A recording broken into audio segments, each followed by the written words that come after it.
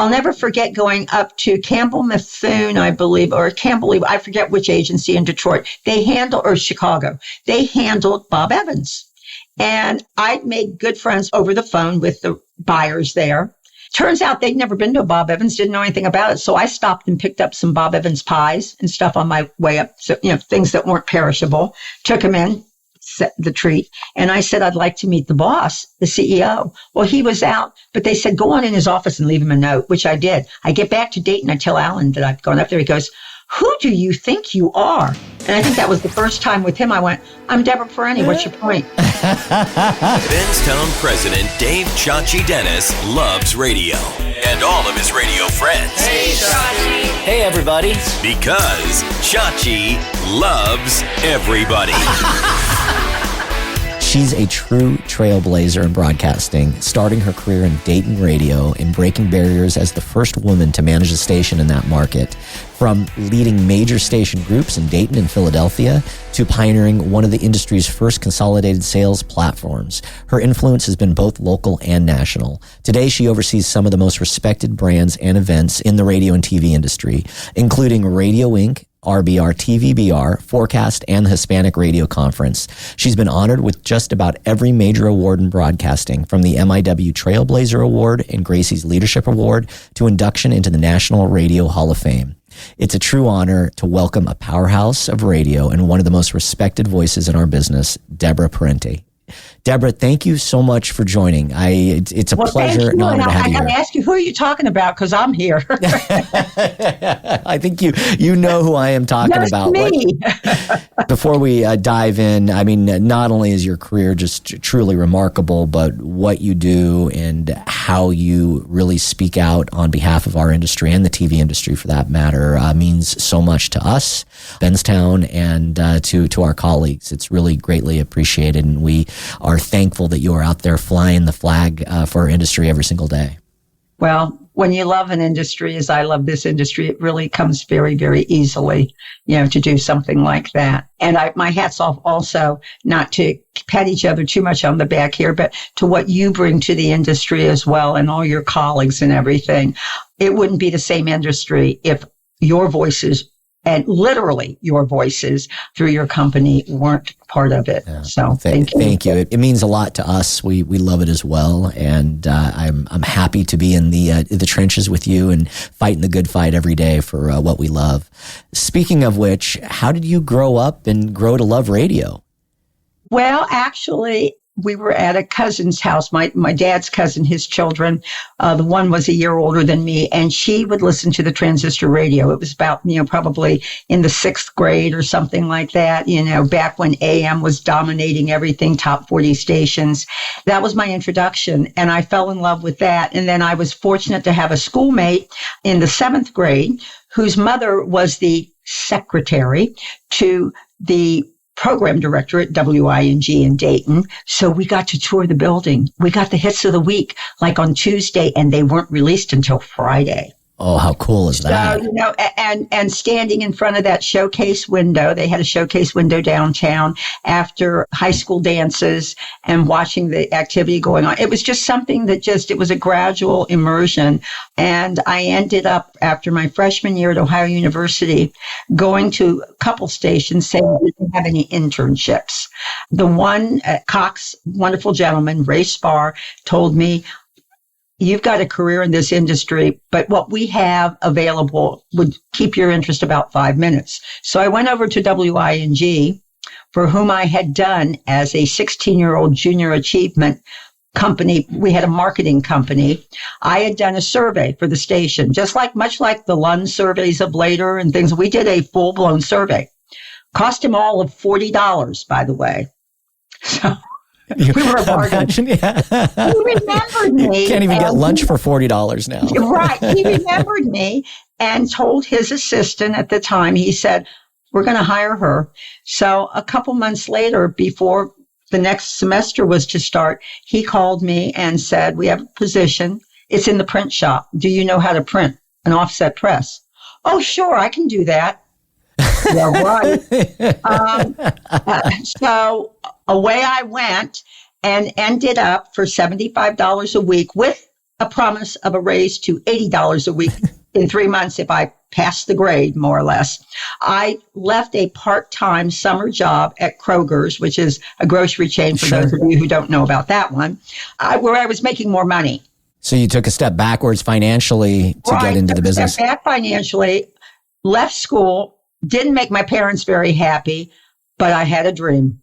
And the dream was just to learn as much as I could about the industry and find my way into something. I never thought really, well, I guess I did, because the general manager one day called me in, told me what a great job I was doing, asked me what my other aspirations were.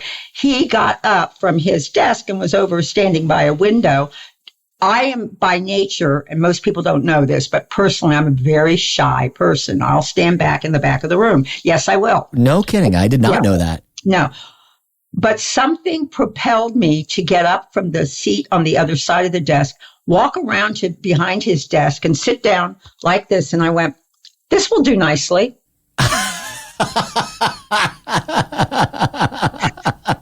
He became my mentor for many years. Later, my friend, he believed in women. Back when, again, and I know people are tired of hearing my story on this one, but back in the day when midday was housewife time. Sure. And there were no saleswomen, no radio executives. His wife had been one in Springfield, Ohio. In fact, he'd worked for her. He understood the importance of women, radio, careers, and he was a great foster and mentor to those things. And the confidence that you had, and I had no idea you were shy, so it's really interesting to learn that about you. But you basically just made up that, hey, I can work in the print shop, because you just figured you would figure it out once you got in there. I had to get in there. I had to.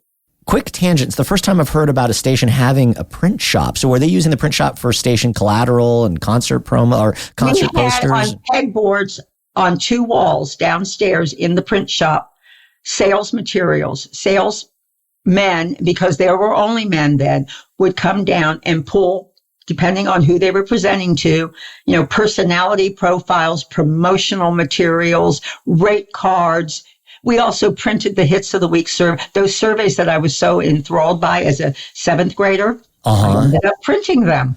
Fascinating. So they did all of that in-house. We did a thing too where they were called the news flashes. Every day there would be 10 news items.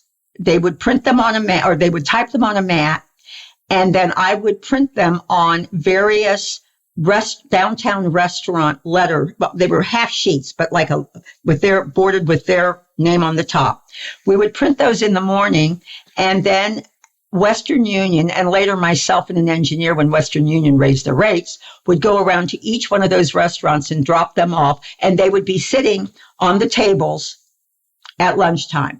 There were, the weather at the top, the weather forecast, 10 headlines, followed at the bottom by a merchandising little line from one of our sponsors, one of our advertisers, rather. What a brilliant idea. And you guys would do this daily, Monday through Friday? Daily. So our name was in front of Monday through Friday, whether it was the Engineers Club, the Women's Club, King Cole Restaurant, whatever. We had about 20 places these things were distributed downtown. It's really a brilliant idea. It's another touch point for the radio station. Right. And it also allowed, again, a touch point for advertisers. You got to be the spotlight advertiser of the day. Really a clever idea. I've not ever heard of that before. And now, it may be a little hard, but I got to interview Chris Forgy, a colleague of yours, and he had mentioned, and I think if I'm getting this correct, his father was an account executive at WING. Is that correct? His father was the assistant sales manager when I started. We worked together over 3 companies, I want to say. The last one being the one that when I came back to Dayton to manage, there was Dara sitting in the conference room along with everybody else, people that I'd known and grown up with over the years. And there is the president, Glenn Bell of Stoner Broadcasting, walks me into the room. Nobody knew that I was coming. They all get this look on their face like, what's going on? He told them, meet your new manager. And I have to tell you really quick, it was a cute thing. You're scanning the room for the facial expressions of people when they hear. Right, You're sure. Deborah, she's the manager. I mean, some of them have known me since I'm 19 years old. I could see almost reading across their foreheads, oh dear, did I ever do anything to offend her? Not, by the way, not at all. But, but it was cute. It was like, huh? I'm excited to unpack that some more because I want to hear a bit, and we'll get there in a moment, just about taking on that managerial role certainly as a woman, but also at a very young age. And it was a station with some, old school accomplished account executives, but I'm sure a lot of them were set in their ways. And I can only imagine some of the hurdles that you had to overcome to take on that role. Growing up, and let's talk a bit just about Wolfman Jack, because I know you were involved in his syndication company. How did that come to be? Briefly, I want to say, and I could be wrong on this, but it's my understanding that Wing was the first station to pick him up, and he was just starting Ludeman and Associates, the name of the company, I believe, which was syndicating his program, brought him into town for an appearance. And Wing was picking up his syndicated show up on the weekends or whatever. So that's how I got to meet them. And then they offered me a job to go out there. And I mean, Los Angeles, 20 years old. That's crazy. It's a wonder that I made it back alive. We won't go into that, but yeah. At this point, you'd only been with Wing for a couple of years. I had been with Wing, for about two. And by that time, I was the promotion director. Yeah, that was the promotion director then. Okay, so you'd elevated, you got out of the print shop, you're running promotions and marketing, and Wolfman Jack comes to town for an appearance. And may I tell you why, though? I think they took me out of the print shop. Sure, please. I had very long hair. Okay. I leaned over the printing press one day. Oh, no. Yes. Fortunately, I was on the side where the controls were. I was able to shut it off. Oh, my God. Hair, yes, I almost scalped myself. Months later, I was still getting ink out of when I was shampooing my hair. So it was shortly thereafter that the promotion job. That's really scary. I always like to say they moved me because they were afraid of workman's comp. No, my hair has been short pretty much a lot of the rest of my life. So you're running marketing. No, thank you. That's a crazy story. You're lucky you didn't get, it sounded like you did hurt yourself, but at least not to a severe degree, but that would be incredibly scary. You move here to LA, you're early 20s, and really just 2 years into the business, and you've grown up in the Dayton area, right? You've always been Midwest. So that's a big culture shock and a big shift. And at that juncture, I mean, I don't think anyone's bigger than Wolfman Jack at that point in radio. So fill me in a little bit on that role and moving out here, and what were your responsibilities for him? Well, my responsibilities were basically, I didn't sell him. We get into that a little later, another show that we sold that I went to Texas for. But my job was to see that the big reel-to-reel tapes, yes, gang, we didn't have digital systems or anything like that. Right. We're going way back.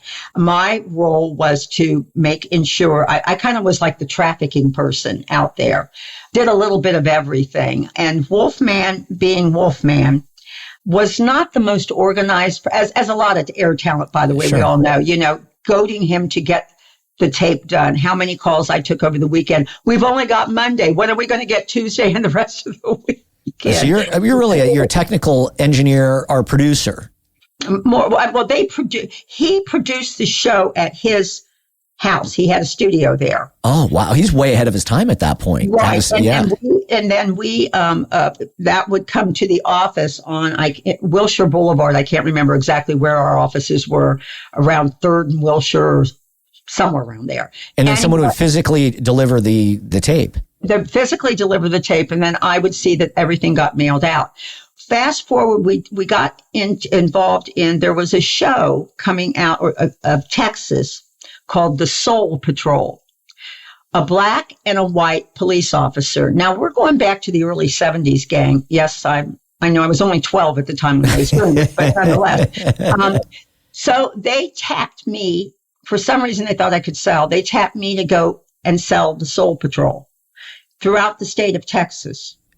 Oh, no. Okay, so the Soul Patrol was part of the same syndication company as Wolfman Jack. Got it. Syndication on everything. Understood. Very interesting times. I was in every backwater, small town possible because a lot of this was going out to smaller towns. I'd be based in Dallas, but I drove all of Texas. No, okay, this is fascinating. So that you moved to Texas on behalf of... No, I didn't move. No, they'd fly me out there. I'd spend some time out there and then, yeah. And then literally drive to station and rent you go car. With the demo, play the demo for the program director. Yes, this is back in the day when there were blue laws. So hotels, you couldn't walk into a bar at a hotel. You had to buy a membership. No kidding. Before you could get a drink.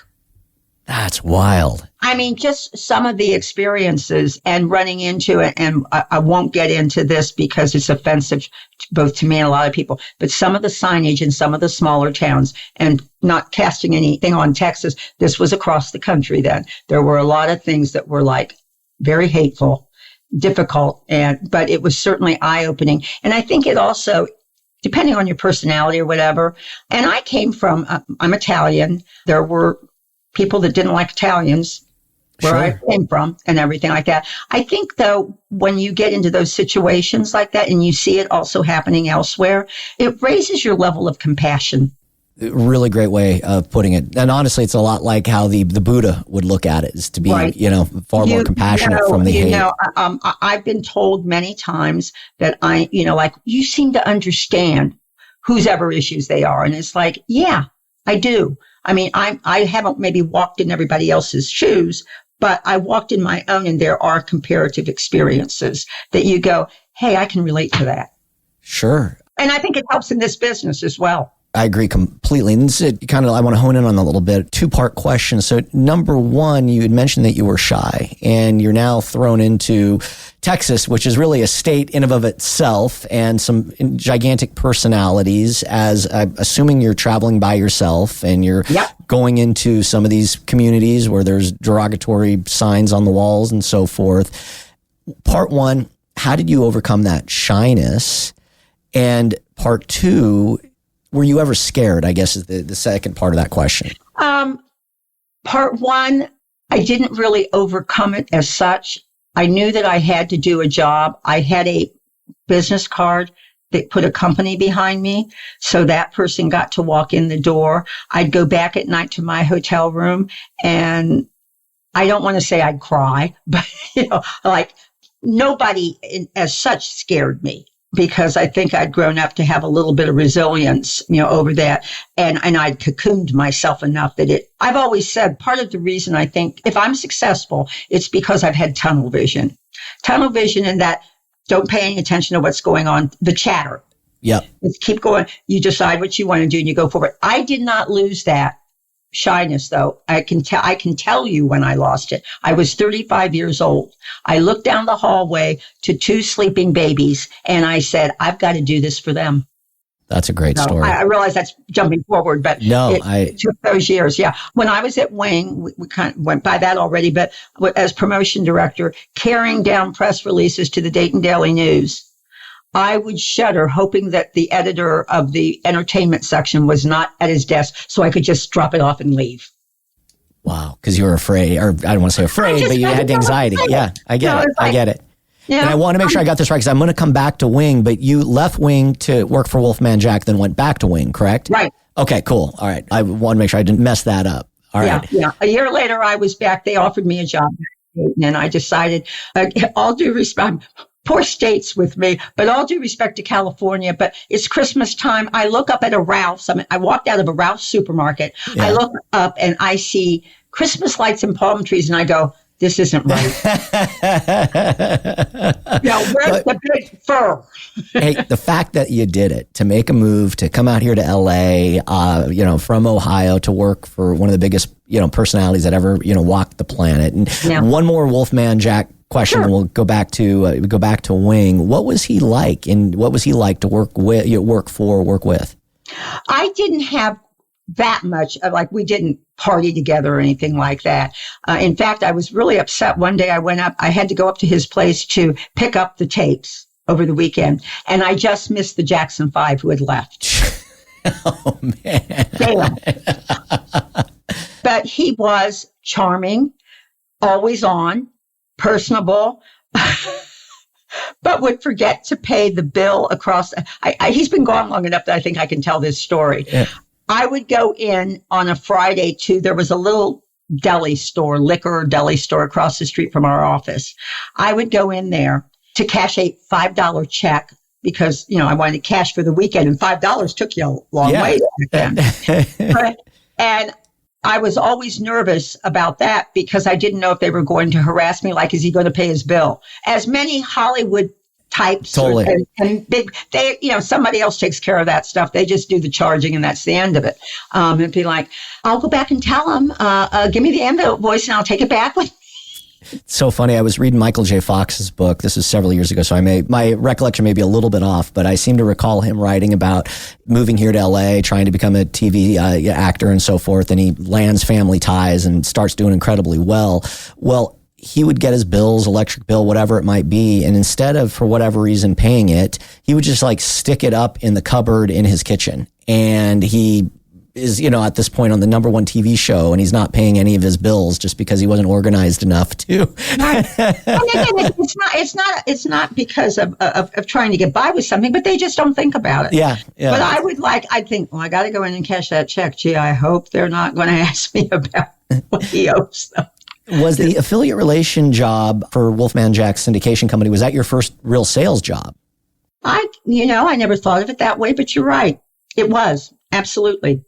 And then when you went back to Wing, did you learn quite a bit of, I guess, you certainly got the network aspect of the business, which for me, I didn't learn until much later on in life. I went from the local side to now the network side. But when I first 15 years ago got on this side of the business, it was very foreign to me. So I love that you learned network very early on, and then really within the first few years of your career, had a great understanding of both how local radio worked and the national side of it as well. It gave me a great appreciation for national business, by the way, as well. I'm sure that's a really good point. But I didn't go back for sales. It was 17 years in the radio business, before I went into sales. Oh, no kidding. So you took then a pause on the sales side, because you go back then. And well, I worked with sales. They asked me to come back because they wanted to develop a marketing and research department. And we're talking about research before Westinghouse new math calculators, which predate all the computerization of how to figure points and ratings and impressions and things like that. But they wanted to develop that. And Jim Bennett, my mentor, called and said, I want you to come. You can do this. We want to do this. Yeah. So you come back, and are you doing research just for the station, or are you also doing research for some of the clients of the station? Well, for the clients, yes, as well. In fact, they had me go down to Cincinnati, which is just 50 miles south of us. But I just did that drive when I saw you last year. I went from Cincinnati and drove by Dayton, so not too far at all. Right. They had me go to some of the agencies there because I had an agency call me. They were the buying agency for one of the wiener companies, Cons or something like that. But the agency, the creative shop, was in Detroit. And they had been given the mandate to figure something called grits. Okay. I said, I think you mean grips. Yeah, well, I said gross rating point. Well, how do you do that? So they started sending me around to agencies. I'd gone up to Eastman Radio, a couple people there in research. Maddie Shriver was one of them. I don't know if she's still around or not, but Bella Werner, who I believe has passed on. They taught me. I spent like 2 or 3 days there doing nothing but brainstorming, asking questions, and finding out how to read a book, the Arbitron at that time, and how to, and this in the best sense of the word, manipulate numbers. In other words, okay, show them this instead of that, consolidate that particular day part, go to hour by hour or whatever. In other words, to come in where you wanted to come in. I would go out with the reps on major calls. If there was an annual for Kroger's, for example, I went out and I would do the presentation. So I was selling, but I wasn't the salesperson. Got it. Yeah, you're providing support, and I was brought in as the expert on understood. numbers. And then you could talk to the client have a deep comment about the research and the demographics of the station and so forth. I really love, you guys were a very robust station. Have everything from an in-house print shop to in-house research. Were you also doing research on like the music side and testing music and doing call outs? Yes, eventually we got into that as well. Again, Jim Bennett said to me, we're going to start doing music research and I want you to head it up. And I'm like, me? He goes, you can do this stuff. You got the chops. So I'm forgetting who we worked with at that time, but I hired college age kids in the evening, do the call out research. Of course, back then it was all manual, plugging everything in. They had their little recorder and their phones and everything. My first station I worked at 30 years ago now, but the same thing. We had in-house call out and they would, we'd have a little cassette player and we'd play the hooks of the, that whole line. Yeah. And in fact, one of Chris's sisters, Chris Forgy, who you mentioned, was one of my researchers for a while. No kidding. Yeah. So anyway, but we do that, then we'd ship it out the following like Monday or Tuesday.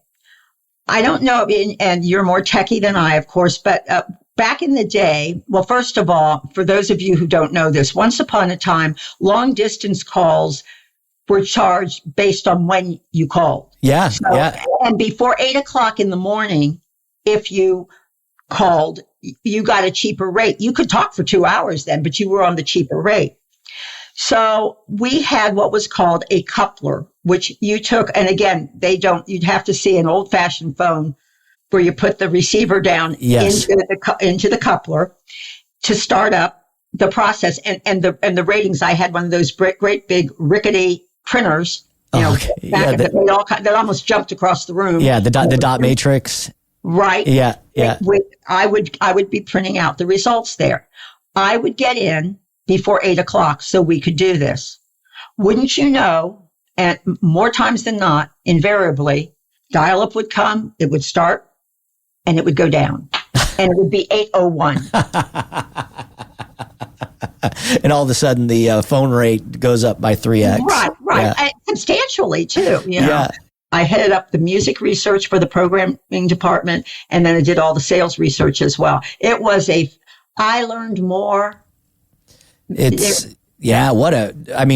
What a great place to start, because it gives you such a fundamental understanding of the business. And also, I think, and maybe it leads to where you are today, just the value of the business and what it's able to do for clients, because you were living that firsthand. I've got a tremendous amount of respect for like what Pierre does and the research that he's putting together for the industry as a whole, because I think sadly we're not given the credit that we deserve in terms of. No, not at all. And there are truly so many ways, a lot of people, my biggest concern, I'm just going to voice this right now since I have a platform here, that people in the industry, because so much is computerized today, so many things you just pull down, they've not taken the time to learn, where do those numbers come from?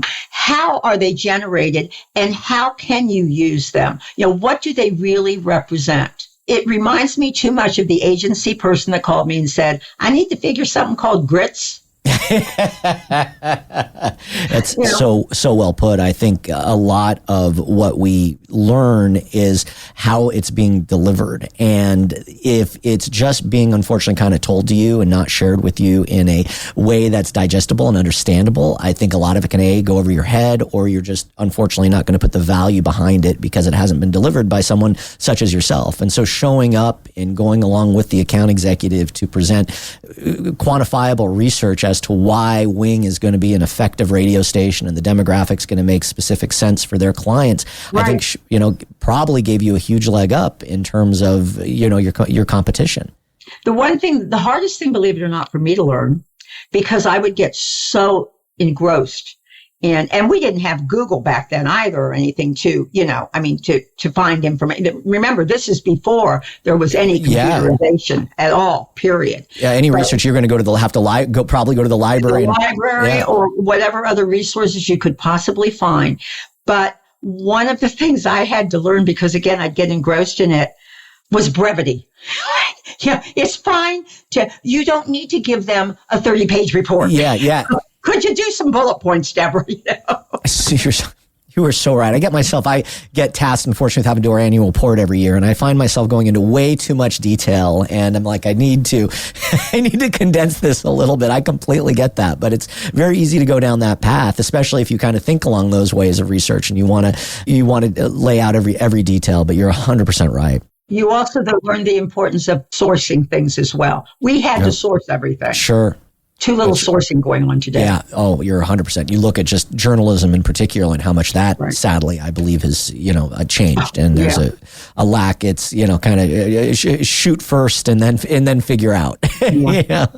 Let's stay with Wing because you have a remarkable career there for spanned. I mean, I know you went for a couple of years, you came out here, but 13 years really total. You're with Wing. So you go from research director, you then become the VP of marketing as well as research. So at this point now you are handling marketing for the station. Is that marketing just for the AEs, or is that now more marketing for the listeners, billboards and promotions? It's everything. I was in charge of the marketing insofar as the sales research, the programming research. We did, by that time, we were doing a huge research study with the local university.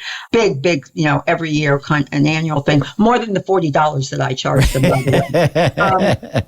But we were doing that. And then I was in charge of the people that worked in the promotion and merchandise. We had promotion and merchandising, we called it, because we merchandised a lot of stuff for clients. In the showcase window, as I mentioned, on those daily news bulletins, on the back of the top of the hits of the week. How cool is that? And then and then after, when a campaign was over with, we did something that you don't see a lot of today. And we trying to bring it back within our own ranks at Radio Inc. and RBR TVBR. And that is summarizing it and sending it to the client, telling them what you did. We forget that last part of the sale. It's tell them what you're going to do it, and then tell them what you did. I say that sometimes here. You're so right. We don't do a good job as a whole of reminding people, basically writing the summary at the end. Right. Here's where you appeared. Here's the little extras you got, blah, blah, blah, whatever. And today it'd be a lot easier because you can pretty much format that stuff and then lay it in. For sure. You're right. We should do that more because I think it does show the added value. And a lot of times, candidly, I think clients forget because they've got, we're not their only media option. And so they've got campaigns running across multiple different mediums and social and whatever it might be. But to recap it, I think really is a lot of value. Especially on a national and a regional basis with advertising agencies. You want to keep getting in there, reminding them not only the importance of radio, but what radio does for them. And I don't think they get that from anybody else. I mean, if we were to recap. So true. Yeah. So you eventually rise at Wing all the way to VP and assistant GM, and you're still, remarkably young. I'm guessing you're late 20s, early 30s at this point? I was 25 when I was named vice president, and that was the youngest vice president they'd ever named, and that was for marketing. So, yeah, and then a couple of years later, how did you navigate that and go back to just talking about looking at people's facial expressions? And you've got a staff that's certainly well experienced and, been there for quite some time. And here you're young, up and comer, female. Did you face much resistance or were people mostly supportive? From the sales manager, there was a great deal of resistance. He did not believe in women. He did not want to hire a female sales rep. He hired one or two over a few years that he programmed literally to fail. Literally.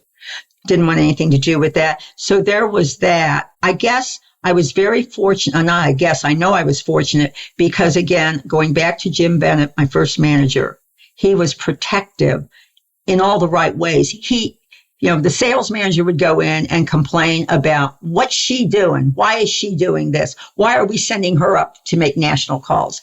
And he would put his foot down and he'd go, whatever he said, it was like, no. He had your back. He had my back. He believed in me and he thought I could do the job. And then there was, now for those of you, you'd have to be older probably now, unfortunately, but, and you may remember him, I don't know. There was a national rep at Eastman, Bill Burton. Mm-hmm. Bill Burton was Mr. Be Fabulous Radio. They were our reps. I don't know why he took a shine to me, but he did. I wrote him a letter at one point asking him what I call why is the sky blue questions, because I'd met him when they'd come through. and had a chat with him. And I had a million questions about national and the industry in general, from a more what I'll call global standpoint. I got back a 2.5-page single-spaced, the poor assistant, typewritten letter with answers. Impressive. And then he contacted Jim Bennett, and he's the one that said, don't send the sales manager. He's fill in the expletive deleted. Send her. She'll charm him.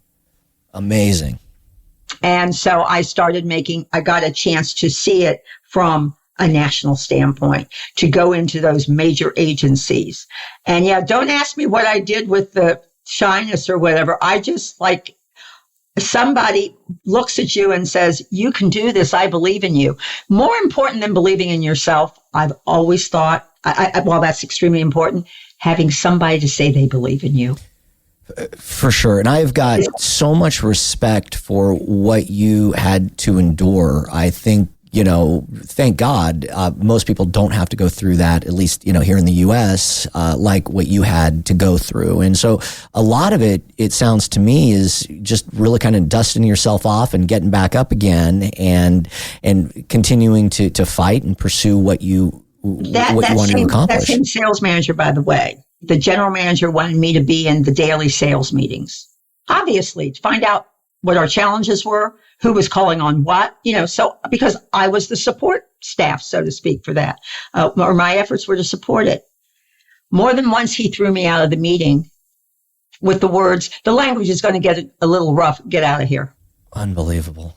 To walk across, there were 12 reps then or something like that, to walk across that room, that bullpen. Yeah. Like that.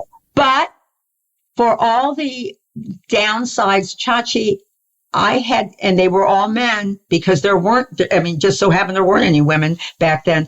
If it weren't for the men that supported me, Jim Bennett, Bill Burton, Glenn Bell, Steve Dodge, and Eric Rhodes, obviously, I would not, so yes, it was challenging. Yes, what it is it gives me a lot of great war stories now. I could write a book about it. Yeah, wow. As you should. But I cannot discount, more importantly, were those who supported me. It goes to show the type of person that you are. It sounds like there are tremendous influences and just incredible human beings. However, the fortitude that you had to have to endure that and to continue on, my guess is a lot of women just didn't go down that path because of how brutal that environment was. And so they just didn't and I don't blame them for that. I probably would have done the same thing. Why would you basically volunteer or put yourself in that type of environment that was so, at this point, if what happened to you today, you'd go immediately to HR and that would be hopefully the end of it. But you didn't have that as an option. That wasn't even anything you could think of. I think it was a little different for me. There are some other women who were, in the same error of mine and everything like that. Those that, and with all due respect, I think it was a little harder because the smaller the market, and I came from Dayton and then Louisville, and it might have been worse actually in major markets in other ways. There might have been other things that I didn't have to face. So I don't know that experience, but I know that, again, you deal with a certain amount. But I also had the luxury of someone, and I am forever indebted to all of them. Your strength is inspirational. Put aside the talent and your ability, you're also an incredibly strong human being, and I've got a tremendous amount of respect for that. So you wrap up 13 years at Wing, and then you go to stay in Dayton, and you become the business manager at YMJ. So you've done affiliate relations, you've done print, research, marketing, sales ops, and you've GM. So you've really, your assistant GM, you've had an incredibly well-rounded career. You've done just about everything except for being on air and for being an engineer, maybe. The sales department. Yeah. Well, yeah, but you were the sales ops. So, I mean, you were pretty close. True. But the gentleman who hired me for business manager at WYMJ, the late Alan Gray, who was we were like brother, sister, the ones that don't get along half the time. I know how that goes. Yeah. And I was out there. I was married at the time, and my husband had a business, and we were thinking about advertising. And so I'd gone out there to talk to one of the reps. And he called me into his office, catch up and everything like that. He grabbed me by my arm and he goes, "You have broadcasting in your veins." I said, what? Yeah, well, what about it? And he goes, I need a business manager. And I said, Alan, I've never done anything accounting. But once again, the words come back. You can do it. Yeah. Now, again, and let me go back. This is before computerization. Everything was manual and done on a tape. Unbelievable. So balancing was even more difficult as far as I was concerned, because I didn't. But yeah, you talk about tearing your hair out half the time. And we worked for a very small company where I would call him sometimes on a Friday into his office rather than walk in, because I didn't want to have to share the news. Well, this is what we've got in the bank. This is payroll. If you and I hold our checks until Monday, we'll be okay.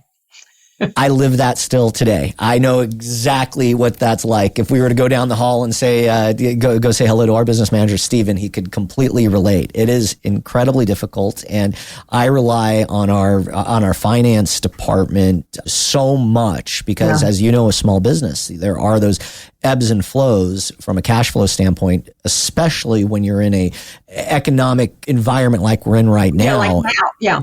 It's really a struggle. And when you're a smaller player, like we were sitting on the outskirts of Dayton, not really reaching all of it, because at that time, until the tower was moved, we had signal difficulties.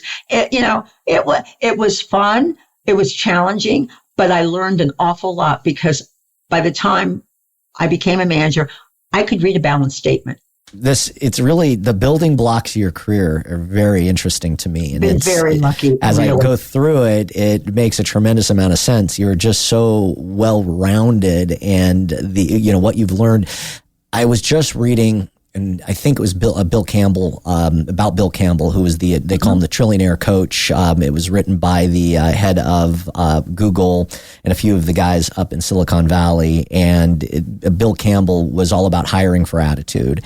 And that's what it sounds like a lot of your mentors saw in you, is this just can-do attitude. You obviously had the smarts to back it up, but no matter what they threw at you, you were going to figure it out and succeed at it. And a lot of times I would argue it's far better to hire for attitude and train for skill later on, right, as opposed to the other way around. I've done that with many people myself. I will also throw in, I suppose part of it stems from being the oldest of 5 children. Oh, and interesting. having very young parents. As my mother would say, we raised each other. Okay. And I feel totally blessed for that, by the way. She was just incredible, as was my dad. But I was responsible for those 4 younger ones. That's a gigantic role. Yeah. I mean, more or less, so. What did your parents do? My dad worked for a Wonder Bread and you wouldn't have known, Miami Made, 2 bread companies. I know Wonder Bread. Yeah. Supervisory positions locally in Dayton and everything. My mother did not work until I started in high school, which I horribly resented. Horribly at that first. She went to work? That she went to work. She'd wanted to be in her younger years a doctor. She ended up working for a hospital, made her way up there, and then was the office manager for a doctor for 40-some years, who he just recently passed away, was my family doctor for years and years. I mean, I had his number at home and everything. We were like family with them. She was my best friend. I completely understand that. She wasn't quite 19 when I was born, so we did literally raise each other. Very young. Yeah, very young. Got married very young, right out of high school, to my dad. So. Were they supportive? You'd mentioned at the beginning, because you'd left school and you decided to pursue radio. Well, Did they wanted they wanted a college graduate, to be sure. But my dad in particular, with due respect to my mother, but my dad in particular was always supportive. He never said anything like, well, you can't do this, or you're a girl. It wasn't that he was a feminist by a long shot. He was the youngest of an Italian immigrant family. It doesn't get more sexist than that. Yeah. There's the machismo, right? Right. But he always believed in anything I could do. He would they'd pick me up at the airport when I moved to Philadelphia. We'd stop at Bob Evans, Cracker Barrel, or something like that for lunch on the way back home. And he would be sitting next to my mother, lean across the table, and he'd go, Barb, where'd we get her? And I'd go, and why did you have to move on with 4 more? We had a great thing going. But we traveled together. We went to Italy together. They always talk about seeing something through the eyes of your child. See something, and I know your dad's a wonderful guy still around. Try seeing something through the eyes of your parents if you're fortunate enough to see them. That is another breathtaking experience. When we went to Italy, and I saw Italy through my dad's eyes. Some great wisdom. Yeah. I mean, really, I think we tend to forget that. No, I can concur. I've been twice back to Hungary with my father, and that's where he's from, and it's a beautiful thing to see. I mean, they become this person but you don't know. Right. You learn so much about him as well. It peels off the ears for them. Yeah. So anyway, sorry to digress. No, thank you. I'm glad you did. So you eventually become now a full-fledged account executive. You make a shift again. You go to DAO and WSN, which is also in Dayton, Ohio. And now you go from being a business manager to, for the first time, really being an account executive, even though I would argue that your other roles were certainly adjacent to sales. You've opened my eyes on that. I never really thought of it that way. I will just interject here. Alan had, give you another little perspective piece that I think you'll enjoy. Alan had left WYMJ. He was the manager, as I said, and I became the business manager. The owners were a husband and wife, both now passed away, so I think I'm not speaking too much out of turn. She was a lovely woman. They were both attorneys.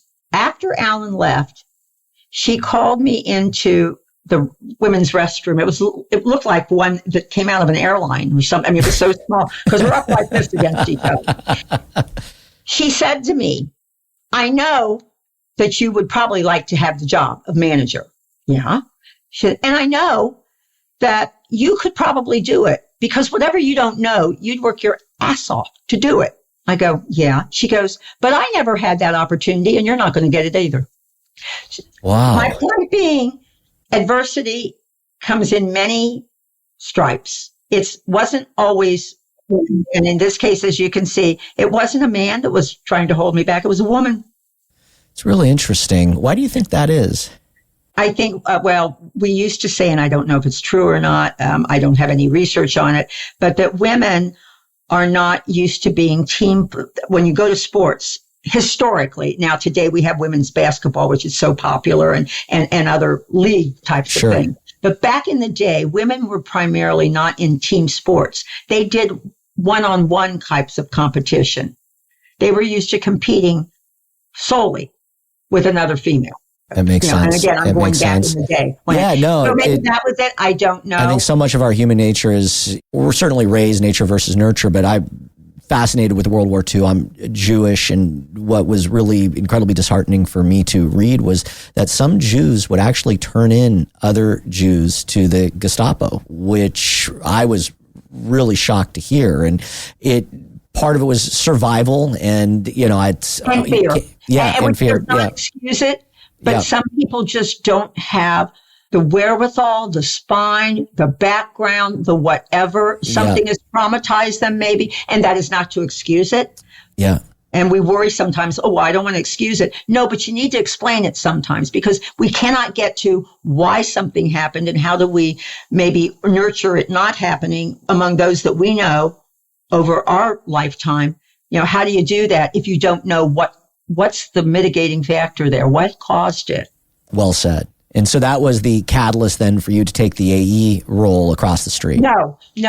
Alan went over to Stoner, had just purchased WWSN. Well, they named it WWSN and WDAO, which was a major FM soul station back in the day, which they flipped to the AM dial. Okay. And then put WWSN AC on the FM. He had gone over there. I went over there then because I quit then the job at YMJ because with that attitude, I said, forget about it. Not to mention you just let go of the best guy that had ever managed your radio station. Oh, they let him go, so he didn't leave. And I'm rather loyal on a lot of things. There's a certain loyalty there. Sometimes it's stupid loyalty, but I don't care. It's mine. I'll own it. But he went over there. There was a sales job that was open. He had chided me and said, you've been in this business 17 years and you've never sold. So a sales position opens up there and I walked over and I said, I want to apply for it. He's sitting there at a computer, throws his head down on the desk. He goes, "You're not built for sales." I said, "You just told me I needed sales in my background." "Well, you'll have to talk to the sales manager," who decided, Jim Richards, somebody else I owe a lot of career stuff to. He walked into Alan's office and he said, "I'm going to hire her." He goes, "I figured you were." He said, "She's convinced me." So some tough love, but very proud to say that within the first year, I was number one, not at the station, but in the entire company of Stoner Broadcasting. That is amazing. I had some wonderful clients. One was a car dealer who he'd have me come out. He originally wasn't going to buy anything. I don't buy your station. I buy the rock station. "Well, let me just come out and shake your hand and see your face." Okay. So I walk out to the dealership, which, by the way, again, the shyness comes out there. I'm thinking, because all these sales reps, car dealer reps, and everything, every kind of image you ever have of them is all coming true. They're all staring at me, like, who's this person? And I said, "I want to see Mark Rymiller." He comes out and he says, "Hi, I'm Mark Rymiller." And I looked at him and I said, "Hi, I'm Deborah Parenti," as I extended my hand. I said, "I just wanted to come out and see your face and shake your hand." "Oh, well, come back." By the time I left, I had an annual contract with him. That's brilliant. He wasn't going to buy the other station. It was a BTA, for those of you that know about that. It was going to run 24/7. But I said, "Look, you're going to get some good times. You're going to get some bad times. But there really are no bad times. It's all going to be frequency." Did very well. He said, "Can I do this with the rock station?" I go, "Sure, they'll kick and scream, but they'll do it." He called me later. He did it. Well, we became friends. He would come cut his spots every month, and he always wanted to see the list, because Stoner would send around a printed list of the sales rep. He wanted to see my rank. Did you make it? I had a cheerleader. He believed in me. It is so much more difficult to say no to someone you know versus someone you do not know. Where did you learn, or was it just instinctual to go out there and meet him in person? Did you know that meeting him in person was going to get you to where you wanted to be, or was that something that your gut told you to go out there? My gut told me also the fact that I was trying to demonstrate, to prove myself at that time that I could sell to Alan Gray, my nemesis there down the hall. The sales manager would come to my desk in the morning. Sometimes he goes, "Alan's here. He's in a good mood. Please don't go into his office." And I would jump up and I'd run back there to give him holy hell, kind of thing. I don't know. It was instinctual to me, and part of me being able to prove that, "Alan, damn it, I can do this. You challenged me and I can do this." I'll never forget going up to Campbell Methuen, I believe, or Campbell, I forget which agency in Detroit. Or Chicago. They handled Bob Evans. And I made good friends over the phone with the buyers there. Turns out they'd never been to a Bob Evans, didn't know anything about it. So I stopped and picked up some Bob Evans pies and stuff on my way up. So, things that weren't perishable. Took them in. Set the treat. And I said, "I'd like to meet the boss, the CEO." Well, he was out, but they said, "Go on in his office and leave him a note," which I did. I get back to Dayton. I tell Alan that I've gone up there. He goes, "Who do you think you are?" And I think that was the first time with him I went, "I'm Deborah Parenti. What's your point?" But again, that was somebody that knew me. I knew him. And it was like, he was the brother that left the wet towels in the bathroom. Yeah. That's, what a great lesson, and building those relationships. And I had a great time doing that. And then they sent me on down to Louisville for that after too. I only sold for about, I forget how long, 86 to 88. And then went down to Louisville as sales manager. So now you're overseeing. So 3 years as an account executive, and now you're really in charge of the sales for the whole for the two stations that you guys have there in Louisville. What was that like now? Because obviously making the number for yourself is one thing, and you were incredibly good at that. But now that you've got to make a number for the cluster, for the stations that you oversee, different set of pressures. And what was that like? Well, the first challenge was claiming the desk. The old sales manager, who had been from the old company, Great Trails had owned that, by the way, and sold it to us, which was interesting because DJX had been the original call letters of WYMJ in Dayton. went down to Louisville as DJX then, owned by Great Trails, which I had originally worked for. So there you go, small world. Yeah. But we offered her some, like a sales position or whatever, but she decided she wasn't leaving. I walked into my desk, what was my office, sat my purse down, walked over to Bill Wells's office to say hi to him. We were all just moving in that first day, converging together, came back to find my purse on the floor and her purse on the desk. No way. So wait, let me reset this. I just want to make sure I completely understand this. So you're kicking butt for him in Dayton. You get the opportunity now to become the GSM in Louisville. Right. And the prior sales manager has essentially not been let go, but is being demoted. And you're coming in. Am I understanding that correctly? Right. And you go in to sit down at your new desk, and she's literally taking your purse off the desk and put it on the floor. And put hers back on the desk. Man. Needless to say, this was not going to be a happy arrangement. So in the kindest of way, I said, I think, probably not going to work here. But I inherited 3 fabulous reps. We only had 3 at that time. We called them the Bells of Louisville. I love that. We finally got a guy on board. And during the quick story here, which was so funny, the Arab oil embargo now I'm going back to 89, I believe, or whenever that time period was. It was like around the Gulf War, right?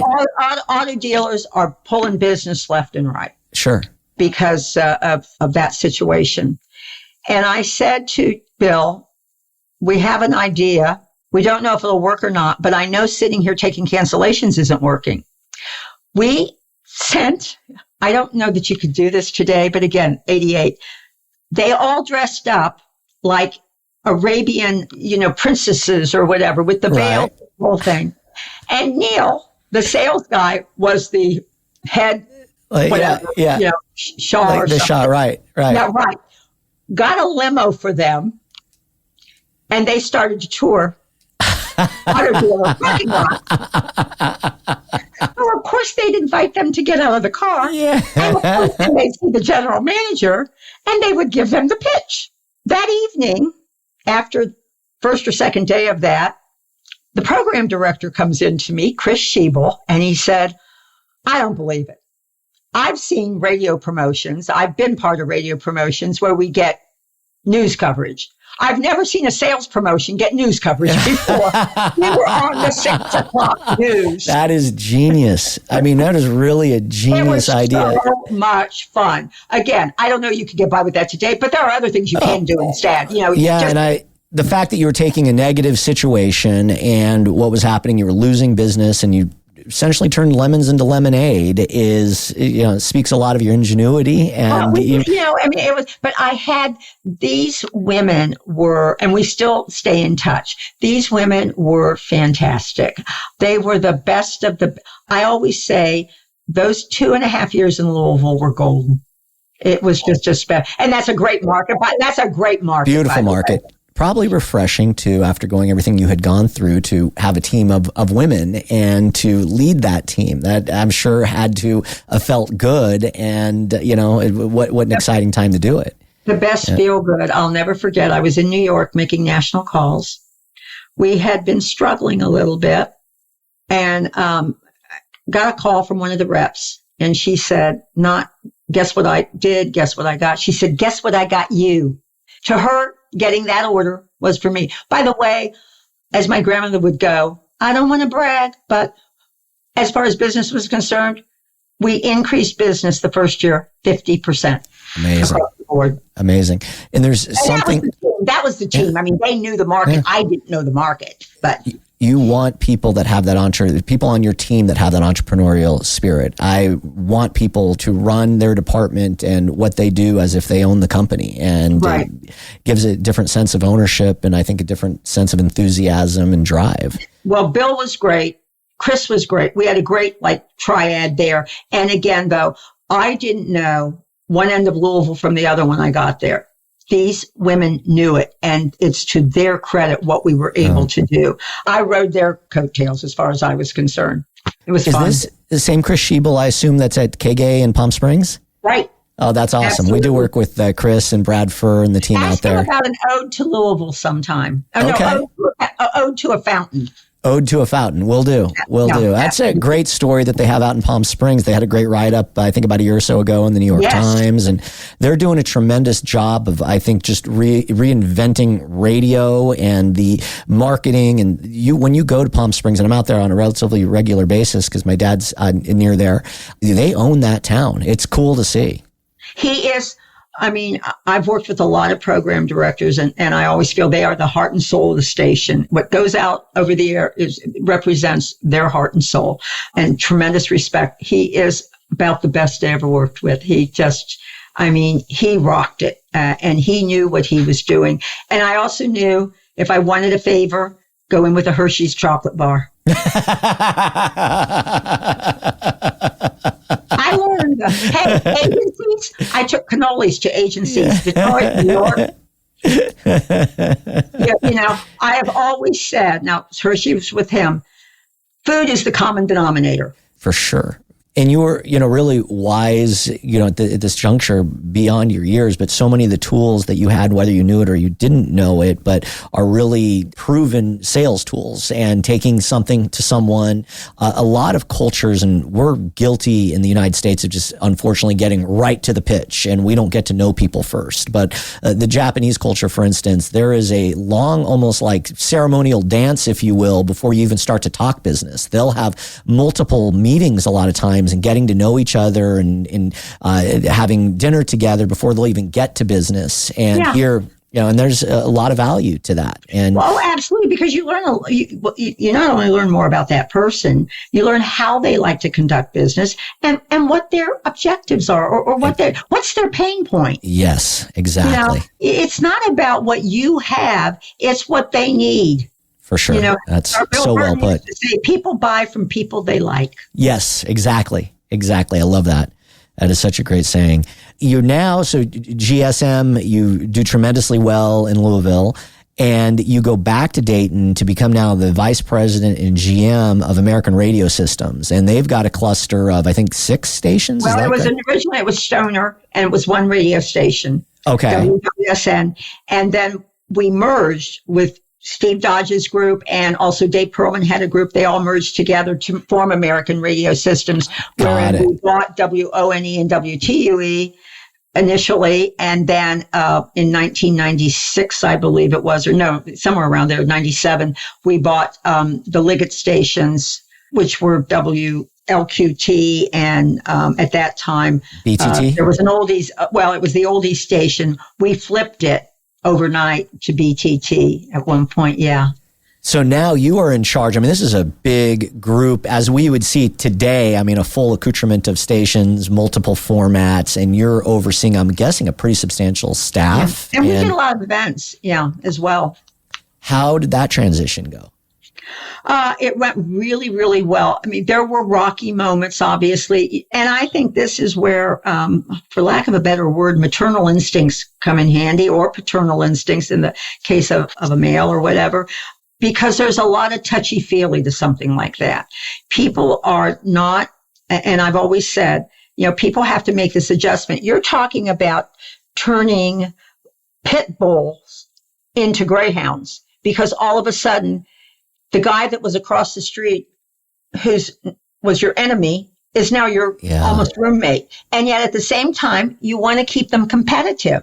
I don't want these stations not to compete, which is where your PDs are so important, and your top, however you put your management team together there. Right. But I always felt, and I would say this to everyone, people have a right to how they feel. And people are not going to always initially embrace. I ask you to be open to the changes. I ask you to voice your concerns and your frustrations. But after a couple of weeks, finito. We move on. Yeah. Because this isn't going to change. There's an initial laying in. It's like, you bring home a new baby and the 2-year-old wants to, maybe take and use it like a Barbie doll or something, whatever. And also, once you get these people all together in these stations, there's always going to be the winners, the big winners, and they're going to be the challenge stations as well, that maybe aren't, on top. You got to give all of them their day in the sun, you got to make them all feel like they have equal merit and equal worth. And that's where just working with the people and just sitting there. How many times, because I was divorced at that time, I had two young men, in high school or grade school and high school at home. I put that purse on the desk, speaking of the purse on the desk, getting ready to leave, and somebody would walk in and they'd need a half an hour. Or it would turn out to be that way. Right. It's tremendous tug of war there. Did you find too, as now you get elevated into this role and you guys are buying and absorbing these stations and you're overseeing it all, and so now you've got air talent, program directors, and I understand that there's department heads and so forth, but you've got a big staff that... We had 125. I mean, that's a gigantic staff. And could you imagine 125 at 6 stations a day? That's usually like 3. Oh, yeah, right. Totally.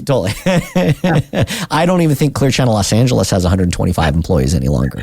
When I worked there, I think it was right around 300 something, and I've heard it's sub 100 now, which is sad. But on a completely other front, though, did you realize that your gig now becomes different? In some ways, you become therapist, you become, HR, you dealing with different circumstances where before your role could be more focused on driving revenue in Louisville and going out and making those relationships with clients and so forth. And now I find sometimes with my role, and I love it, don't get me wrong, but I feel like shoes in a dryer at some point, points, That's a good way to put it. Yeah. No, it changed. And yet at the same time, and I don't know, maybe there's a sign on my back or something that says, I always say my epitaph's going to be, guess she didn't have all the answers after all.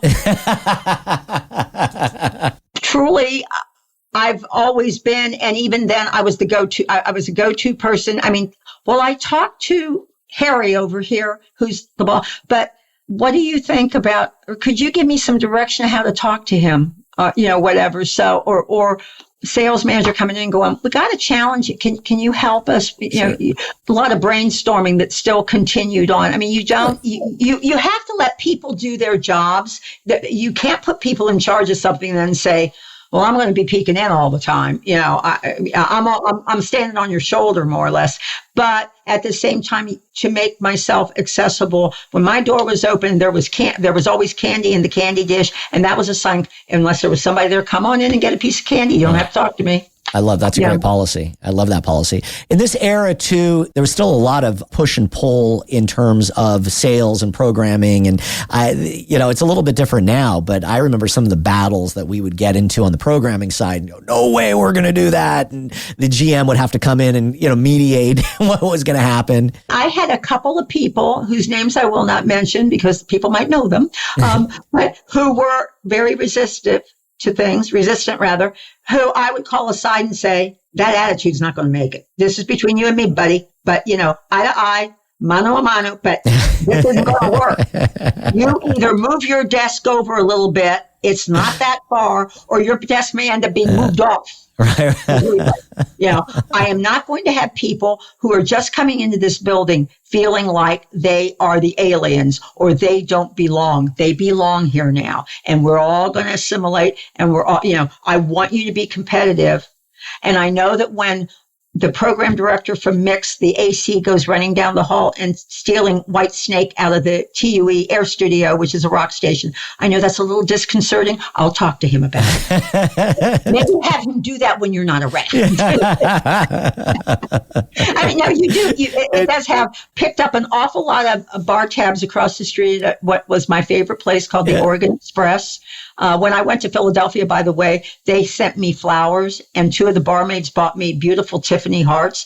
They were going to miss me that much because of all I think they were going to miss the money. I remember we would spend a lot of time downstairs at Morton's. It was a great time. It's like a family, and it's team building. I mean, I think baggage with it, and there's been other marriages before then or whatever. So you're putting all these people together. In this virtual world, it's much more difficult to build teams because it's, going back to knowing the people and having a much better working relationship if you know them as a client or know them as a coworker. Being able to walk down the hallway and stop and say, okay, now what's the matter? Or okay, this is great or whatever.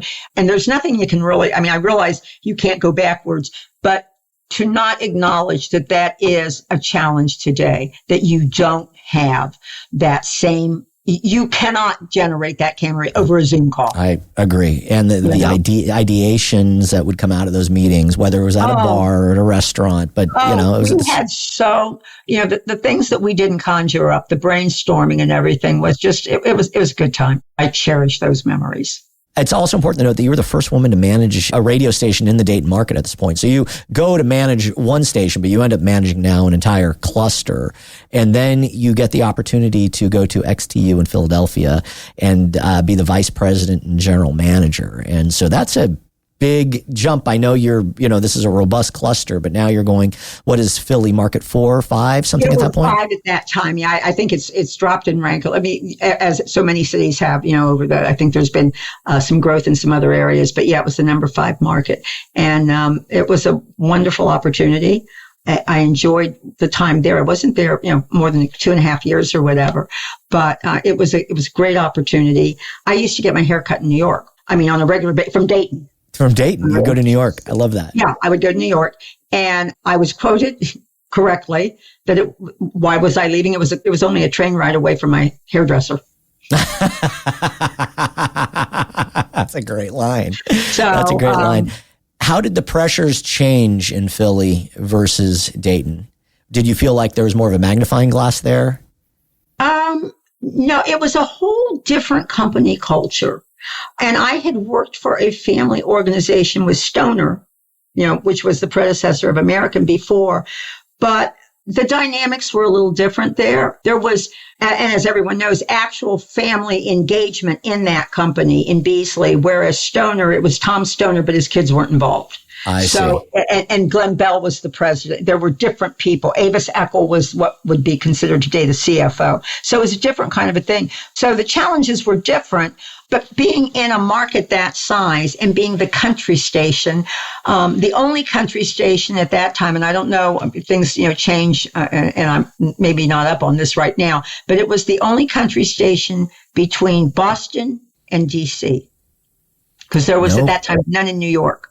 Wow. So it was extremely challenging along that line because of there was a certain bias with some buyers against country music or being on a country station.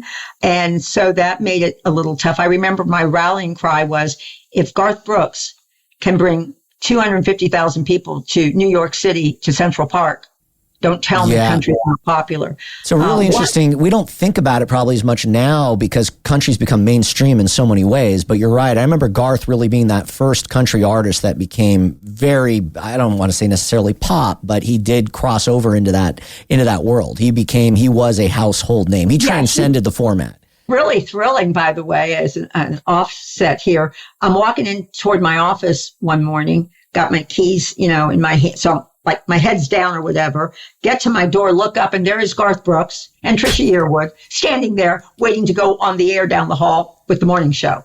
That is like, well. It might have been at one of your events. I think it probably was. We were in New York for Forecast. And do you remember at the Plaza, they had that food court underneath? It was like a high-end food court. I used to love it down there.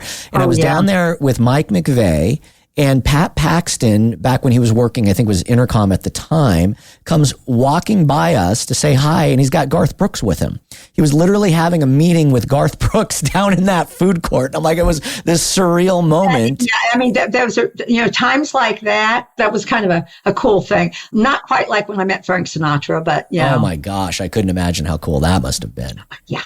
That had to have been absolutely surreal. Was that in Philly where you met him? No, that was in Dayton. Oh, in Dayton. He was coming through to do a show? He did a show at Nutter Center, which is one of the university's centers. He was going to do a backstage thing. And my promotion director, a young guy in his early 20s or whatever, didn't want to do it. So I said, it's a dirty job. Somebody's got to do it. I'll take the winner backstage. Yeah. I'll do it. There you are. Just taking one for the team. The time comes, and the gal who's taking us backstage very strictly, I mean strictly like a school marm, says, no autographs. If you want something autographed, give it to me and I will see you get it back. I had a little CD cover in my purse. And I'm bragging, forgive me, but no. I will go to my, it doesn't matter. I'll be 110 and probably wrinkled and shriveled looking, but this will always stay in my mind. I walk backstage. I know the winners were there somewhere, but I don't exactly, because all I could see was Frank. Yeah. And I put my hand out. Now I'm over 35 now, so I'm not quite a shot. Right. Hi, I'm Deborah. He puts his hand out, takes mine. He goes, hi, I'm Frank, and you're very beautiful. That is so cool. And you just from melted. Behind him, somebody says, he's right, it was Steve Lawrence. So I'm thinking, go away. So we chat for a minute, and I thought, I can't help myself on this. I said, pulled the CD cover out, and I said, would you mind? And she just gets this. I mean, if looks would have killed, I'd have been gone. And I looked at her, and I looked at him, and I had a pen in my hand, too. And I said, he's standing right here, and I have a pen. He knew what was going on. He knew. He smiled, and he said, he looks at her, he goes, she's standing right here, and she has a pen. That is so awesome. And he signed it. Oh, so that's so cool. Leave. I go to leave, and there's a woman, very blondish, shoulder length hair, looks like, probably has it done every day, camel jacket, very elegant. She sees me walk out, and she goes, how did you get back there? And I turned around, and I went, we're old friends. And I thought, you're lucky that you weren't struck down like falling over a chair or something. But I was like this high off the ground. That is a really cool story. I never got to meet Sinatra. What doesn't get more legendary than him? Yeah, he's just a great, it was very nice. Fill me in on your run from XTU. You go on to the Vox Radio Group, and you're there for almost 8 years. Well, I'm on the board. Yeah, I was on the board for almost 8 years. Okay. What was that like doing? But I did do some consulting for them. Okay. So this is now you're starting to do some board work at this time. Yeah, this got me involved in learning more about how stations, were purchased. And so, I get experience along that line as well, as far as acquisitions. Because that's a really big deal. So they invite you to be on the board. Is that how that works? I was invited to be on the board. Yeah. Of directors. I knew Bruce from American Radio Systems, by the way. He'd been the lead investment guy when they were IPOing the company. And I've never been like in a high level board meeting like that. And so you guys meet on a monthly basis and quarterly, I think it was. Okay. Up in Boston, we would usually meet and have a day or so. And there were like the private equity people, and if any banks were involved and everything like that. Very interesting. Now, I had, by the way, been involved as we bought stations. I had a little inside view because I'm at an ad club one day, and I'm getting a phone call from Glenn Bell that they were faxing me back then, because this was before emails, faxing me all of the information on WONE and WT, all the asset purchase agreement information. I am sitting next to the then general manager of that station, and I'm thinking, oh, this is interesting. I'm going to see all his numbers, dirty laundry, so to speak. Yeah. Not that it was dirty laundry, but I'm going to see all the skivvy on that station and everything like that. So I had a little bit of an insight there, plus my little bit of accounting experience. So when I get to the board, I know just enough to kind of know some questions to ask, but certainly not in the same league as the guy from I forget the name of the private equity company that time. It was a wonderful learning experience, and it was a good investment too, because I was invested in that company. Fantastic. Yeah. So now you're really, to be invited to a board, it's not only a tremendous honor, but it speaks volumes on the expertise that you brought. And certainly with everything from your research and your sales background and your operational background, I'm sure they leaned on you quite a bit for those. Right after 9/11, I'm talking that week after 9, when the planes still weren't flying. I was we were selling a station, I think in Wilkes-Barre, Pennsylvania. I'm not real sure on that. But anyway, they asked me to go in there and to work with the sales department because they wanted to keep the sales number one, there was the challenge of 9/11. Sure. It had everybody in disarray. And to set that stage, advertisers were sadly just dropping off the air and like flies. Yeah. Just keeping the team in place and keeping their spirits up. So they sent me in to do that. And that was extremely challenging. I remember there was a grand opening for a department store. Actually, they had roots in Dayton, Ohio, Elder Beerman. It was a Dayton-based retailer. And grand opening went on, and there were a lot of people there because there were, doorbuster specials. Whenever retail opens up, they do a lot of stuff. And I remember going back afterwards saying, did you see what I saw there? All the people that were obviously, while they are still very taken up by the events of what has happened recently, they were looking for a distraction is the only thing I can think. And they went there. Business is still going on. It's a terrible thing to say, but it's true. Whenever we lose someone, and you and I have both lost people, you walk outside and the clock is still ticking. Yes. People are still in their cars. People are still doing. Now, this was a massive grief experience for the nation, obviously. And I told them, don't go out and make a call. Go out and comfort a friend. Go out and call on every client that you have that you can get to, and just let them know that you're there for them. Don't try to sell them anything. Incredible advice. You'd mentioned Hershey bars earlier and Chris Schiebel. Yeah. And in times of chaos and tragedy, we go back to comfort. We are looking for things to, just like you said, to whether it's going to a department store that we love or eating a Hershey bar, but it keeps us grounded and it gives us some sort of sense of normalcy. Observation for you, and this may have to do, and you probably are aware of it, you may not be, but you're very observant, and you've brought up a few times about how you observed the facial reactions to people, or to how someone would react to a Hershey bar, or whatever it may be. And I think it may have come from being the eldest and helping your mother raise your siblings and Probably. being attentive to your siblings' needs. And I would put money on that it's probably had a lot to do with your success. You are. I never thought about that, but you're probably right. And again, I don't want to say that my mother wasn't the mother. She certainly was. But when you have 5 kids, that's a lot to handle. For sure. And I wouldn't have had it any other way. I feel like I was the lucky, and I always say, take a good look. Nobody's ever been more loved than me. By those two people. They, I think about them every day. So let's delve into your current role. And in 2007, one of your mentors, Eric, reaches out, I guess, and the conversation begins about you coming to work at Radio Inc. How did that happen? I didn't really know him that well. I'd run into him at a couple things. So he really wasn't, I wouldn't put him in the mentor classification up at that point.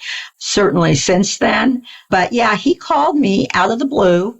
I don't know how my name came up to him at that time.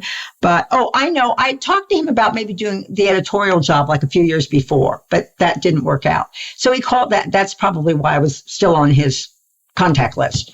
He called me and he said, I have an idea for a conference I would like to do for Hispanic radio, citing the 2006 march in Los Angeles, Million Man March, that was put together by personalities, led by Palin. Mm-hmm. By the way, personality in Hispanic radio, very, very famous, very popular man. Also his brother Shaboy, by the way, who I know really well now. I love Shaboy. I interviewed Shaboy about a year ago, and this is a good tease. I am going to be interviewing Ed Krampf here in a few weeks, who works with Peeling. My God, yes, he's the man. But anyway, Eric was struck by that. And he said, if they can bring peacefully that many people into the street, what would happen if the groups got together? What collective power could they exert then? So he wanted to do a conference. And he said, do you have 2 weeks that you could do? I'm like, okay, well, it was going to take longer than 2 weeks to put it together, but nonetheless, we put it together. And of course, now I always say to him, is 2 weeks up yet? So you put together the Hispanic Radio Conference. My thought was, I know radio. I don't know Hispanic broadcasters. I love expanding my pool of contacts. Yeah. I'll get to meet a whole bunch of people I've never met before. And bless them up and down the line, one and all. I love this group. It's changed over the years, obviously, as consolidation and people have come and gone and everything like that. It was the cornerstone of my relationship. He called me after that conference and said, now, how about Forecast? Now, you're familiar with Forecast. You've been to Forecast before. Every year for probably the last 10, yeah. I'm thinking to myself, I'd pay you to go to Forecast. Don't tell it. We'll cut this part out here. No, but he wanted me to put together Forecast. I mean, I had been thinking, I wonder if I could ask him, dare I ask him, could I at least come to the cocktail party? I mean, would it be, I didn't realize how, Forecast is my favorite event of the year. I get more out of, and this isn't to knock, there's some other phenomenal events and so forth. Great conferences across the entire Forecast is incredible. You have amazing panelists. I come out of there with just a tremendous amount of knowledge. Thank you. I learn a lot, and it's nice to the level of executives that come to that event, and whether it's from the agency side or the management side, is really profound. Well, anyway, so he asked me to do that. And then little by little, he and Tom Elmo, who was with the company at that time, would call me periodically like, well, would you mind consulting to the editorial team? Because none of them really have enough radio experience. And then would you mind taking a look at our sales? Because, it was like being on a reel or something. Yeah. And little by little, finally, about 5 years ago, he called me and he said, my bandwidth is getting stretched more and more every day, and I really can't handle everything. And for those of you who don't know, our company is very deeply engaged on the art side. We have several art publications. They have numerous conferences, including one called PACE, which is plein air related, where they attract like 1,000 people. And I do know a little bit about that. It's very fascinating. So are these people that own art galleries and museums? Well, fine arts, yes, but these are painters as well. Understood. Sell DVDs, and yes, they like DVDs. That's still a format in that area for the people that like to do that. But these, they have painting retreats up at the Adirondacks. Again, this particular conference that goes almost a week long. In other words, he had a lot of other stuff on his plate. Yeah. So he said, I need to have somebody else take over radio, because that's still, that's what started everything. That still has my heart and soul. Smart Alec in me is thinking, what SOB are you bringing in now? And he said, I'd like you to take over and be as the publisher. Now, Radio Inc.'s only had one publisher, NRBR TV. Well, that was we purchased that from Jim Carnegie, but Radio Inc. has only had one publisher. And he says, I'd like you to be the publisher. I go, huh? So I said, yes. Call a friend of mine. And she said, I thought you were thinking about maybe backing off a little bit, taking a little more time off. I go, I've never been a publisher. So then that night I looked it up. What does a publisher do? And that was, anyway, I turned out to be the SOB. It's a little bit ironic that your career started in the print shop. Yeah. And now I never thought of that either, but yes, now I'm back into print and of course online print and everything. But yeah, what do I owe to Eric? More than, as I said, I was pretty mature in my career by the time we met. But Eric Rhodes has turned over to me a very, what I consider sacred platform, turned over to me a platform that's given me a national stage that allows me to voice my thoughts for whatever they're worth, my suggestions on the industry, to maintain a presence there that I would not have in Dayton or Philadelphia or Louisville. People will say, oh, whatever I've done. You wouldn't know what I've done had it not been for him. I wouldn't be sitting here right now with you had it not been for Eric Rhodes. I think what you and Eric and your entire team has done, you're a beacon for our industry, and I'm incredibly grateful that you're out there constantly, as I mentioned at the beginning, waving and marching with the radio flag, and now also the television flag. When we get into that, you're right, but you have to have the platform to do it, and he gave me that platform. Yeah. And let's go. Let's get AM for Every Vehicle Act. Let's get that done. Let's get the Minority Tax Certificate back in effect. So maybe we can wrest a few stations from hands that really don't care about them anymore. And by the way, there's opportunities across the board if we could get a certificate done. I truly believe that. Let's diversify a little bit more in a lot of areas. And for goodness sake, the Local Journalism Act. So important. Those are three things that mean a lot to me and why I haven't said, well, maybe I'll go take a vacation for a year. Is it nice to see when you look at your 40 most powerful people in radio, or even more recently, your most recent covers? You had Elena on a cover and then April on a cover over the last couple months, both just phenomenal. Elena, an incredible talent, and obviously April's an incredible advocate for everything they do for the business at NAB. And then you see, people like Ginny and Caroline and the women that are on this list, Mary Berner, and to think about how that has all changed since when you got your start and what a difficult road it was and for some of those hurdles that you had to endure. That's probably one of the best feel-goods, Chachi, because you can sit and battle or work for or whatever, but until you see, and not from my efforts, but overall the efforts of the industry, and the industry has come out and done, we all have our criticisms of it, but has done made a lot of efforts toward a lot of these things.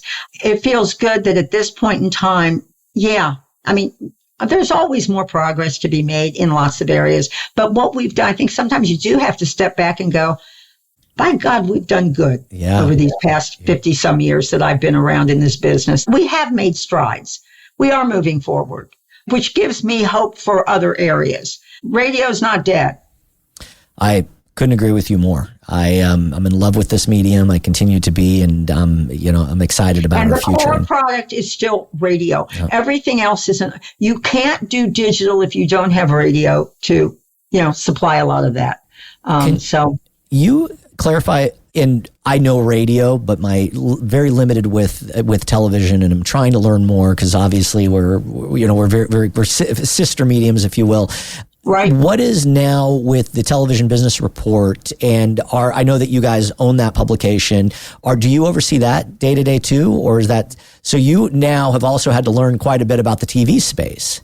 And I can't say I know everything yet because I haven't spent as many years. Adam Jacobson, who's the editor there. Really bright. He's a really bright and go-to guy and everything for a lot of that stuff. I look to him, we go back and forth. I'll say, hey, what about this? What about that? There are certainly linear is having its issues, but the upfronts, I was just reading, in fact, I've still got it up on my screen, an article in Advertising Age about how the importance of those upfronts still, that there still is a place there.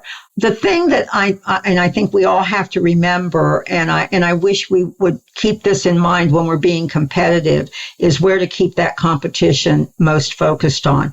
And radio and TV should focus on each other. They are the only media that both have to possess a piece of paper called an FCC license.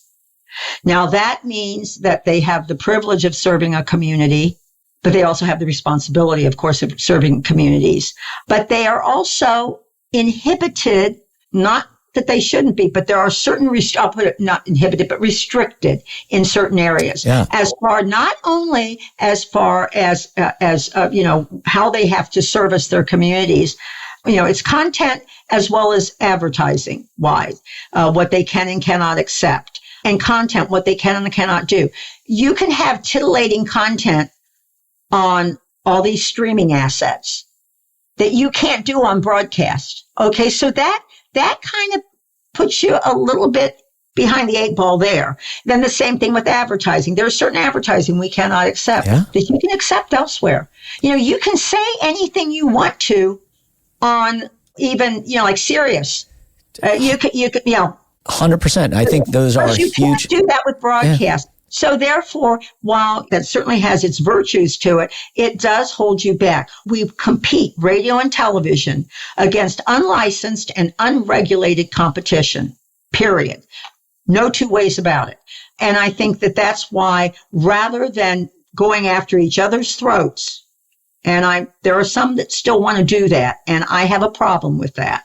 Legitimately so, let's go after the real, legitimate, upfront kind of fashion. Let's go after the competitors that are unlicensed and unregulated, because that playing field is not fair. I could not agree more, and I appreciate you sharing that, because you're right. We are at a disadvantage right at the get-go based on the categories that we can and cannot accept. And we're talking big categories like alcohol, Yeah. And, so thank you for sharing that, and thank you again for everything that you do for our business. I want to touch quickly, and I usually do this at the beginning, but your awards are so plentiful, I saved it for the end because it would make your introduction twice as long. But your awards, so well deserved. You've been inducted into the Dayton Broadcasters Hall of Fame. You've received the Lifetime Achievement Award from the Dayton Broadcasters Hall of Fame. You've been inducted into the National Radio Hall of Fame. You've received the Broadcasters Foundation of America Leadership Award. You were honored with the Gracie's Leadership Award by the Alliance for Women in Media, and you were presented with the MIW Trailblazer Award. And that's just to name a few. But what an incredible trophy case, so remarkable career, and the stewardship certainly of Radio Inc. and now our RBR, TVR, so incredibly important. And I want to ask you just one final bonus question. What advice do you have right now for radio people that are wondering about their future and just some of the overall dynamics that we're facing at this current, both macroeconomics? Dear. Yeah. That's a big one. Find what you love. If you love what you're doing, do it to the best of your ability, but be realistic about what it is you love doing. If you love being a promotion director, that might not be around very long. There are too many places being cut. You can keep your head in the clouds, but make sure those clouds maybe include smaller or medium-sized markets. You have to be willing to do it out of passion. Hopefully, the money will come. I mean, we have to be able to support ourselves and our families, but salaries that once were just aren't there anymore. And there are very few that make it to mega markets and make mega money. You have to really have a heart-to-heart with yourself and say, what do I want to do? If you want to do radio, you have to accept radio, depending on the company you work for what radio is today.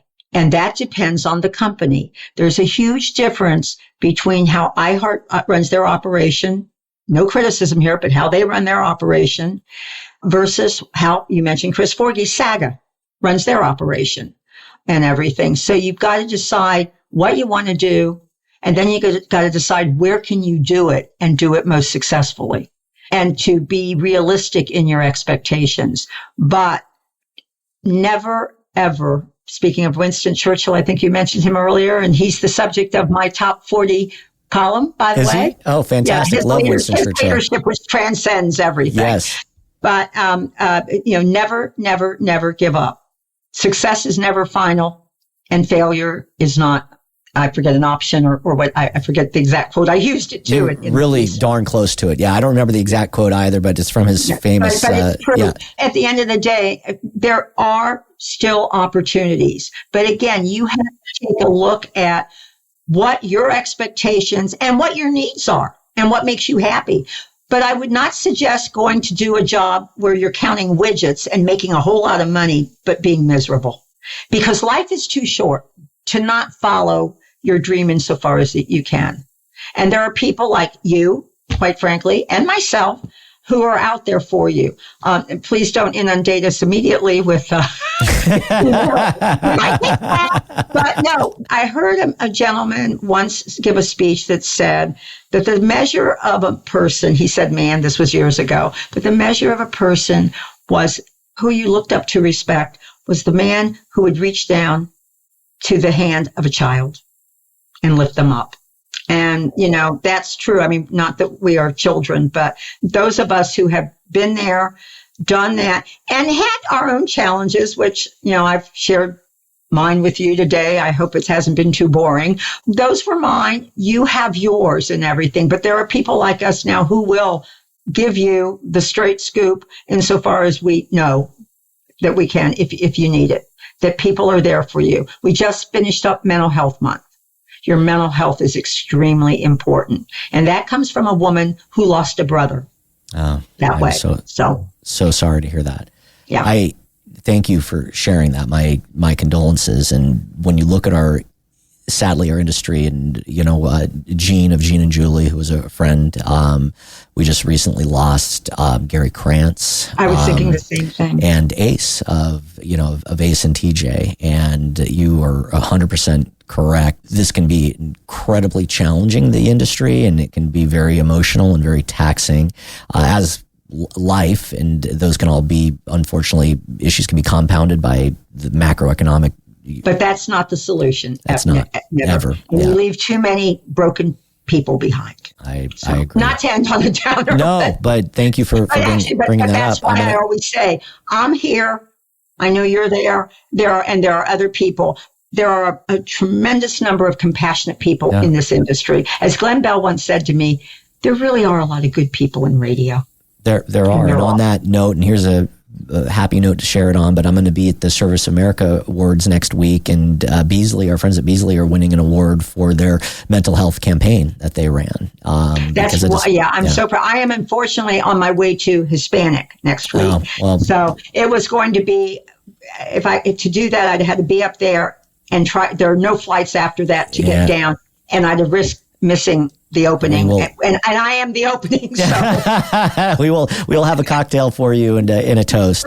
Deborah, thank you again for everything you do, for being just such a wonderful human being, such an incredible mentor, and being a steward of this industry that we love so much.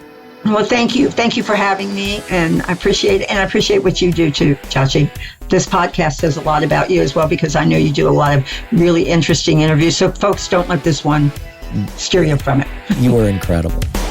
Thanks for listening to Chachi Loves Everybody. If you like the show, we hope you leave us a 5-star rating and tell your friends. Make sure to follow us on Apple Podcasts, Spotify, or wherever you listen to your podcasts. This has been a Benztown McVeigh podcast production. Hosted and researched by Dave Chachi Dennis. Executive producer, Darren Silva. Producer and editor, Jake Urbanik. Show coordinator, Estefania Padilla. Marketing and distribution, Suzanne Aksu and Robbie Gessel.